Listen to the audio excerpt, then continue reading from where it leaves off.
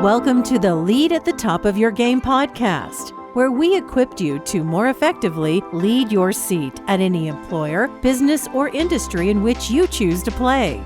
Each week, we help you sharpen your leadership acumen by cracking open the playbooks of dynamic leaders who are doing big things in their professional endeavors.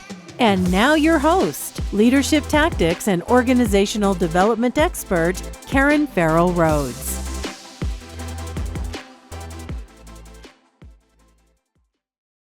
Hello, my superstars. This is Karen, and welcome to another episode of the Lead at the Top of Your Game podcast. I am so pleased to have a dear friend on today's show. He is someone that I've looked up to for a number of years, and we were able to steal a little time off his calendar to present him to you today. And he's definitely someone every one of you listeners out there definitely need to know. We're happy to have Mr. Stephen M. Paskoff, Esquire. He is the founder and president and CEO of Employment Learning Innovations Incorporated. And to those who know of his company, it's fondly called Eli. And their firm works with public and private organizations to build lawful, civil workplace cultures, which improve results and reduce compliance risk.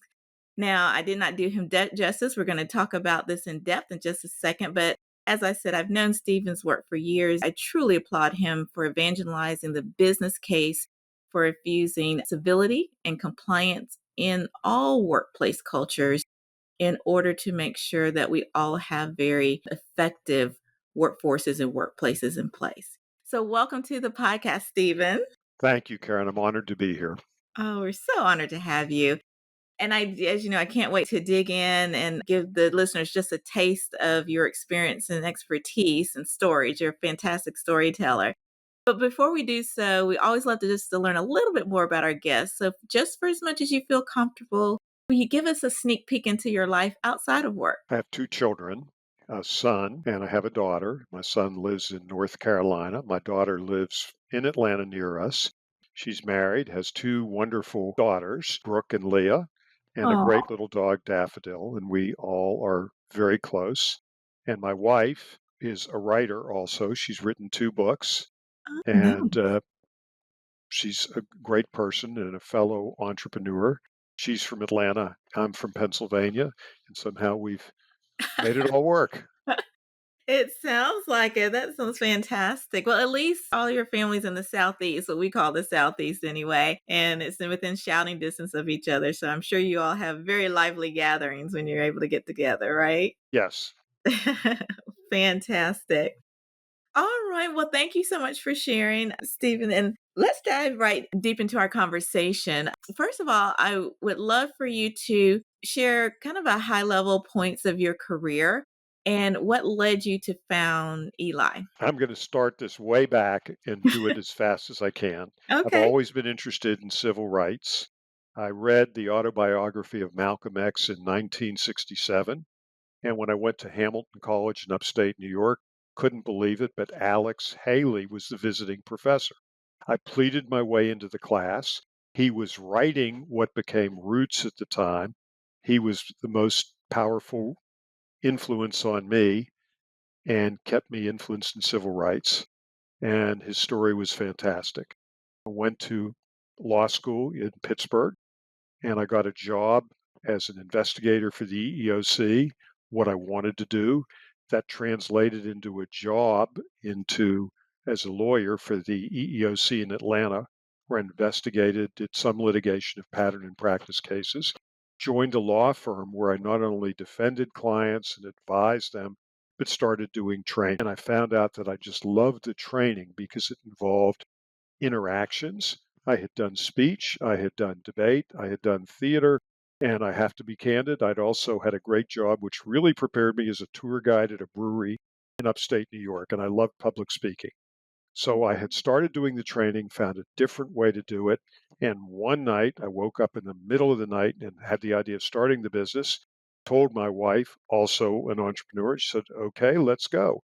The worst that'll happen is we'll end up living with my parents, she said, which was a motivation. Keep going. Within itself. Yes.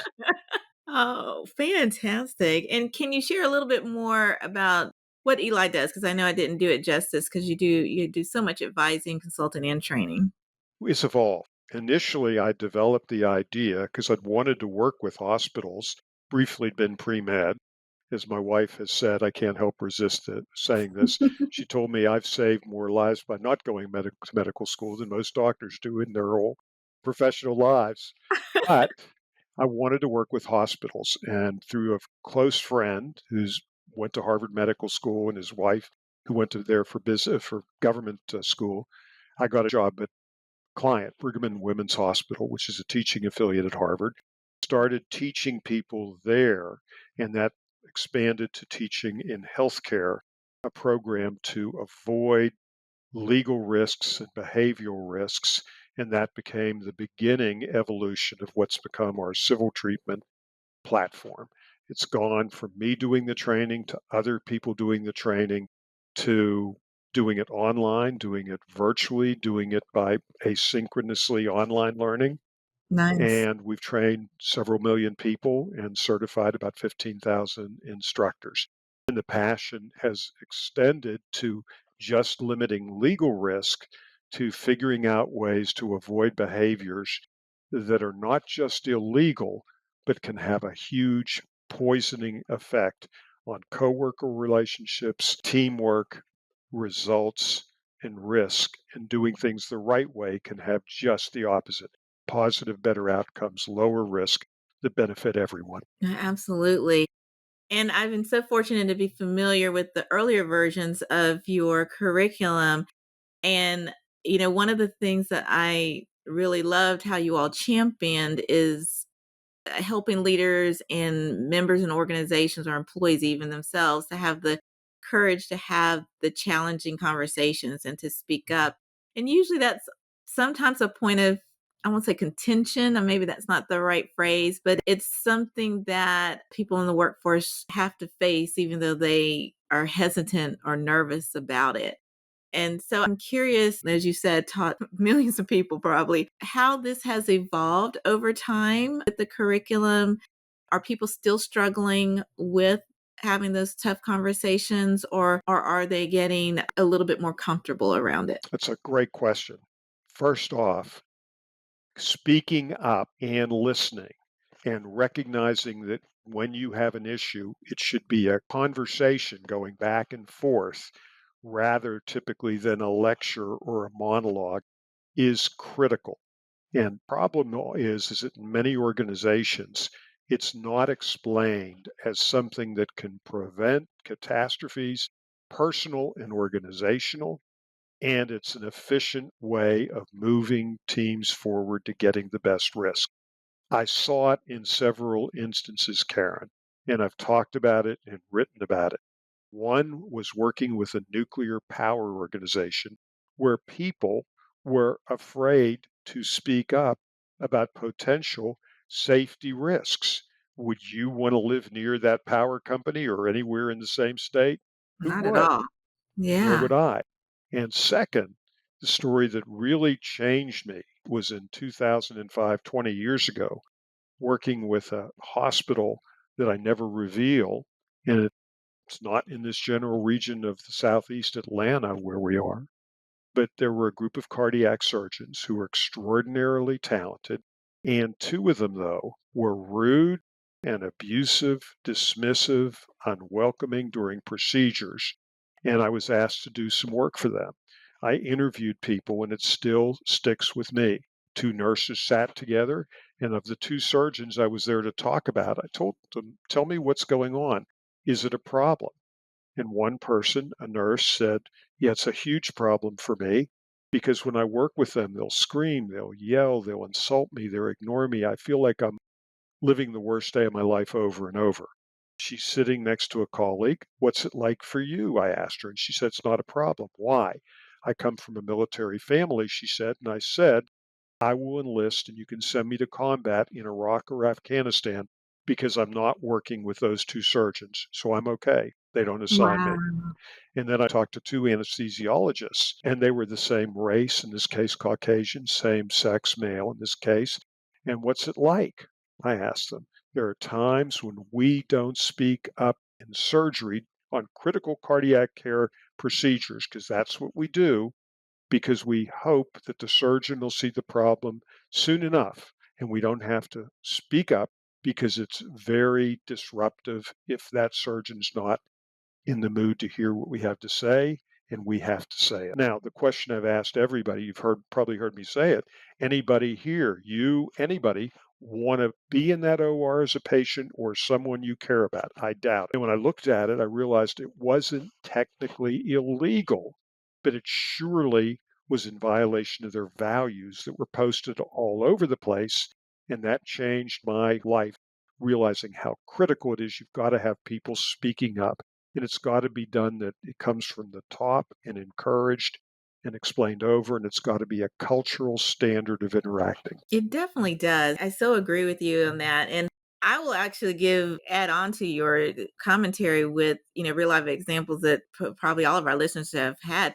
I will even say that although there's a lot of unconscious bias, as you know, and microaggressions in organizations, it doesn't always have to, the root of it is not always like race related or gender related or what have you. Sometimes it's the way people are incentivized for performing at work. And two companies that come top of mind for me is the whole Theranos scandal with Elizabeth Holmes, with the, I don't know if you remember, with the prick of a blood drop on your finger. They claimed they could do all these deep tests, which it didn't come out. But the culture there was one of intimidation and silence, and to keep people quiet about it being a fraud. And because of that, people weren't encouraged to stand up, speak up, and people's lives were at risk by these inaccurate tests that they were kind of touting. And then you think about Boeing, but they were incentivized to raise profits and not look at safety as much and keep people quiet who are your whistleblowers. And, people lost their lives because of that. So, to your point, I think there are many root causes of why people are hesitant or afraid to speak up, but people's lives literally can be at risk by not doing so. Don't you agree? Absolutely. And Yeah. those are examples. I read the book that you're talking about. I don't remember the name of it now. Great Yeah. book. And I Yeah. believe she's still in jail She is. as we Yeah. write. Yeah. And I've used the same thing with Boeing. What do you think of Boeing? It used to be superb. Oh my And God. now Top it's like, notch. I'm not sure I want to get on the plane. And Another that's brand. a tragedy. You mentioned implicit bias. Let me throw you out a way of looking at that that's different than most people look at it. Okay. Part of it, people say, is we want people to feel comfortable speaking up about implicit or unconscious bias, right? Right. But there's a way of looking at it that says, okay, we have unconscious bias. Karen, I think some of it is not unconscious, it's just not unproven. But let's just say that's all unconscious. Well, if it's really unconscious, that means the person who's saying it, they don't know what the problem is, and the person who's receiving it surely does. So Right. why don't we flip it around and say, we want you, if somebody is experiencing that because you don't realize you're doing it, to feel free to tell you. But if you keep doing it, it's no longer that. But it's all the more reason with that we should say, please speak up because that person may not be aware, and that's your responsibility to listen when they do. Absolutely. Absolutely. And Stephen, what do you think are some of like the key behaviors that any individual in a workforce must exhibit? And why is that? I've got three. You Okay. know, Karen, we're not going to make people perfect. We Are are we? We never can't going to. do it. No, no. Maybe you can. I've tried. I'll turn it I'd be over a to you. trillionaire if I Yeah, could. that's it. Let me know. But here's what I think we can do. We can say there are certain things that you never say, do, write, text, post, email, voicemail about another person. And those are the characteristics that nobody wants to hear used about their particular group. That is something that you do not do. The workplace is not the limitation, because whatever I write or say or post can be posted and last for many lifetimes, right? Yeah. Yes. Guard your words and actions is what we have said. Second, though, is the second thing you want is for people to know we want people to speak to each other about issues they're having in terms of their relationships. And part of it is we want people to have a two-way conversation and listen. It's not a one-word monologue. Listen. That's what we call our just talk model. The third thing is that we want people to know that if they can't resolve the issue, they will get help, but then when they get help, people will act to find out the problem in HR or legal or in terms of other resources available, find out what's going on, address it sooner than later. So you want to prevent the worst, guard your words and actions, because that is something that will linger and affect interactions, even if there's not a legal claim or a grievance. It's just human, how we are, and work out stuff quickly and move forward. If we could do that, it would eliminate so many different issues, prevent problems sooner rather than later. And it Yeah, should be presented as a business imperative. It's not a social issue, it's not a social justice issue. And in fact, when you're trying to convince others, say this is just about business, because that's the strong, strong, powerful argument. I love that. And I'm curious, Stephen, I don't want to put you on the spot if there's not a great answer that you know, but do you ever have recommendations for individuals on the kind of the get help section if they don't trust their internal resources like their boss or HR? Are there other areas that you point them to maybe seek assistance? Is it mentors and friends, or is it somewhere else that they can get help? I'll give you though I haven't practiced for a long time, I'll give you the legal answer, which is it depends. It depends on Right. the issue because some of That's them you'd true. say they're federal law enforcement agencies that should be in charge of dealing with these issues, or you may be in a workplace that has a collective bargaining agreement with outside sources. You Right. might have friends in the area who you could say, can I run this by you and see what you think? There are lots of sources. You can ask AI, how should I handle something like this? Be anonymous, and you'll be surprised probably at what you'll hear. But you Absolutely. ultimately have got to be able to ideally be in an organization where people want to hear, and it should be presented not only as a personal issue, but this is affecting our team and how we get work done, because it does, It does. even by the Absolutely. examples you used. Thank you for that. Because I know there's a lot of folks out there that do struggle and are wary their internal resources until they kind of get their thoughts together and their strategies together. And so, because we have a wide variety of listeners on this podcast, I wanted them to also know don't limit yourself to just internal resources. There are other external resources that you can tap into as well. And you had a great list right there. It's a huge issue. It's Yeah. not an easy issue. It should be. And if you take a look at EEOC's records as one example, you'll see that retaliation is continuing to rise. And that's because organizations don't say, and they should, if we've got a problem, the best thing that'll happen is somebody has let us know before it becomes the kind of catastrophe of any sort that you mentioned in your two examples. Yeah. So I would be remiss, Stephen, if I didn't ask you the tough question. And what I consider the tough question that a lot of folks are struggling with is, how do we maintain civil workforces and workplaces in very challenging geopolitical times that we find ourselves in right now? And I'm curious on what you're seeing is in trends, especially because of the rollbacks of some terminologies like DEI and other things. How is your firm kind of thinking about, continuing the business case for this very important work? It's interesting. I've written about this, Karen, for many years. You have. You absolutely have. I've written about this for many years. Yeah. And the thing that I think that organizations are not doing that they should do, what they should be doing is starting off by getting people to realize that when you join an organization, you have a commonality with everyone there. You are governed by the same mission, vision, and And value. values. And the values should be the way we include how we treat one another. as citizens of the organization. I think people should recognize from the beginning, Karen, you and I work together. That brings us in common because there are few people who work in this particular organization compared to the whole world. We come to the same place, live or virtually, and that brings us together. We can learn about other differences, but we start off by saying, we've got something in common here. That is absolutely critical. The issues that are out there, they are, as you mentioned, they are political, they are social in terms of different group issues and tensions. They are economic right now, they're return to work. And Yes. we have to at least recognize some commonalities that we can build from. As an example, I'll just make this very brief. I've asked lots of people and I'll answer it myself. How's that?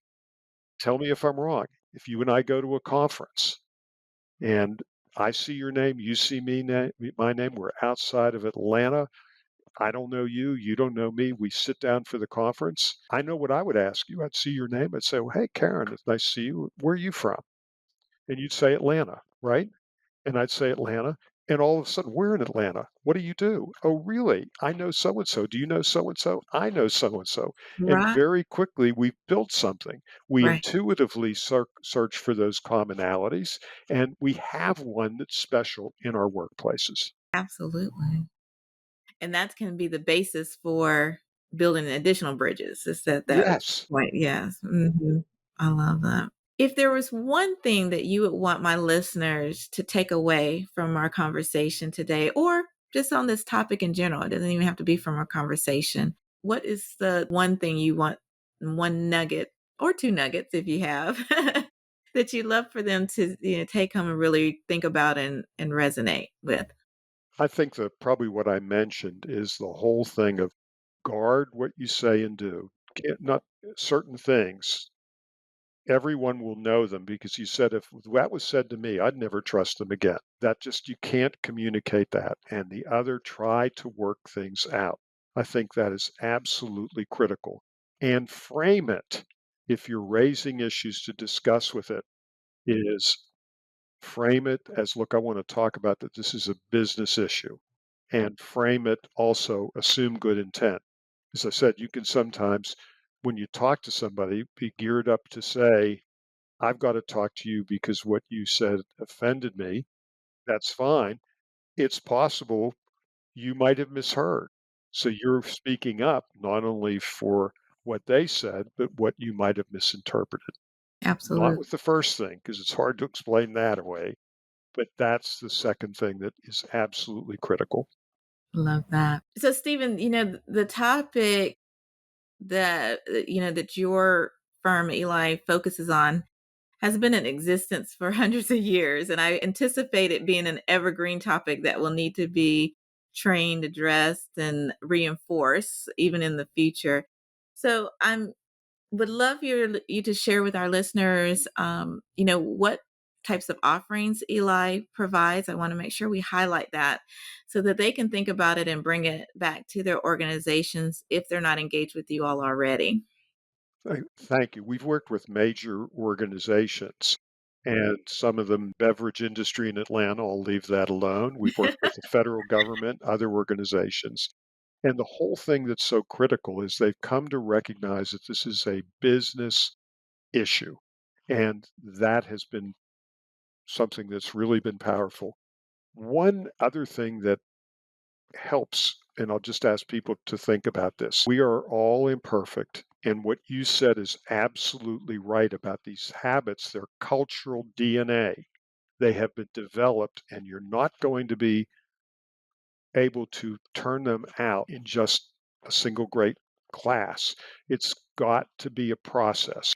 And the second thing is the process and the programs in our civil treatment series, which is for leaders, senior leaders, C-suite, employees, and others, is to focus on the behaviors that I just mentioned to you. The underlying premise is that we cannot change what people think. We do have a right to insist how they behave.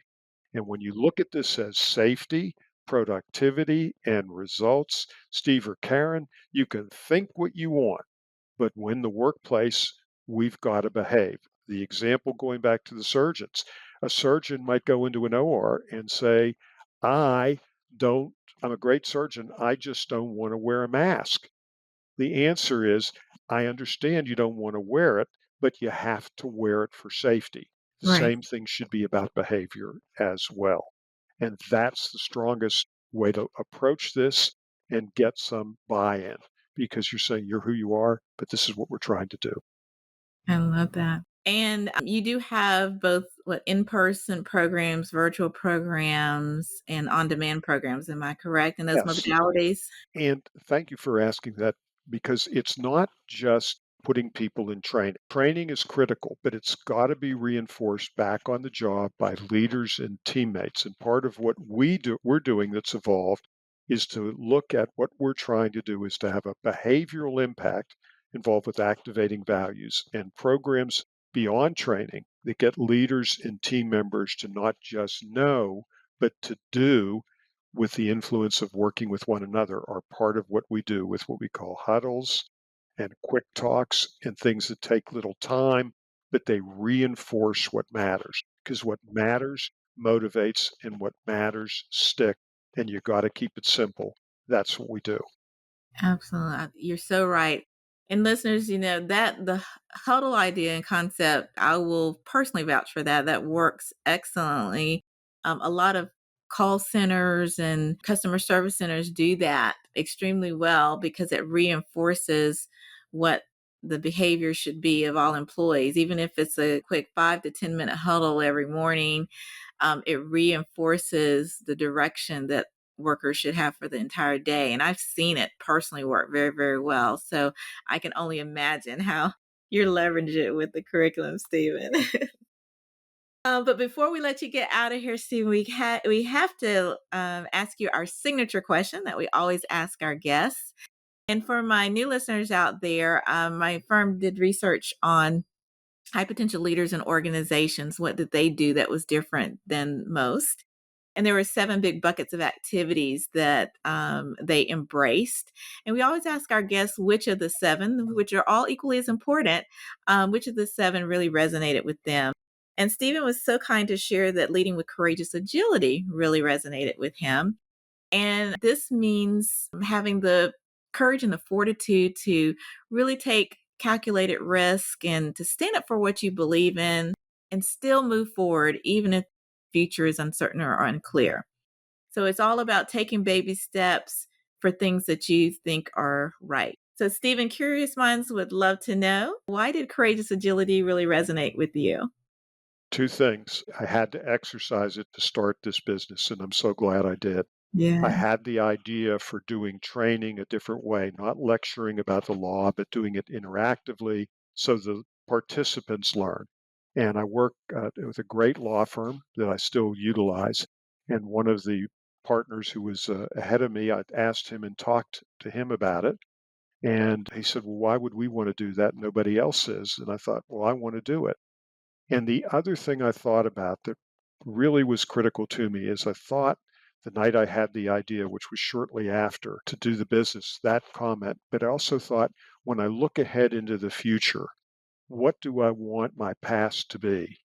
And I wanted to make sure that the me of then, which was now 39 years ago, did something that would carry me forward that way. And you've got to look at it that way too. Do you want to regret not doing something that you knew was right and that you believed in? And I chose not to, and I'm grateful to my earlier self that I did. Oh, we're grateful for you. I know I personally am. I'm a personal fan of the fantastic work you're doing, and you've trained so many people to kind of carry on the legacy as well. So I think that's absolutely fantastic. Now, Stephen, we're going to have, of course, your detailed bio and other information and links in the show notes, but I always love to give the guests a little bit of airtime to share where folks can find you if they want to learn more about you and the company. Probably the best place to go is www.eliinc.com. And that is our website. I've written a book. You can find it on Amazon. And if any of your viewers are really interested, I'll send them a complimentary copy. It's called Civility Rules, and it's about everything we've discussed today. Oh, fantastic. Well, thank you again, Stephen, for the gift of your time and insights. Listeners, I really encourage you to check him out, connect with him and the company on LinkedIn, and follow them to see the great work that they are doing. Stephen, we just love having you on the podcast today. And we didn't have enough time to go into everything, so we might have to bring you back later on. Great. Thank you very much for having me. It's great to work Awesome. with you. Same here. And thank you to listeners for the gift of your time as well, because we know that there are literally millions of other podcasts you can be listening to, and we do not take your patronage lightly at all. All that we ask is that you please like and subscribe to the podcast on your favorite podcast platform of choice, and share our podcast with just one friend, because by doing so, we'll all get better at leading at the top of our games. Thanks so much, and see you next week. And that's our show for today. Thank you for listening to the Lead at the Top of Your Game podcast, where we help you lead your seat at any employer, business, or industry in which you choose to play. You can check out the show notes, additional episodes, bonus resources, and also submit guest recommendations on our website at leadyourgamepodcast.com. You can follow me on Twitter, Facebook, Instagram, and LinkedIn by searching for the name Karen Rhodes, with Karen being spelled Karan. And if you like the show, the greatest gift you can give would be to subscribe and leave a rating on your podcast platform of choice. This podcast has been a production of Shockingly Different Leadership, a global consultancy which helps organizations execute their people, talent development, and organizational effectiveness initiatives on an on-demand project or contract basis. Huge thanks to our production and editing team for a job well done. Goodbye for now.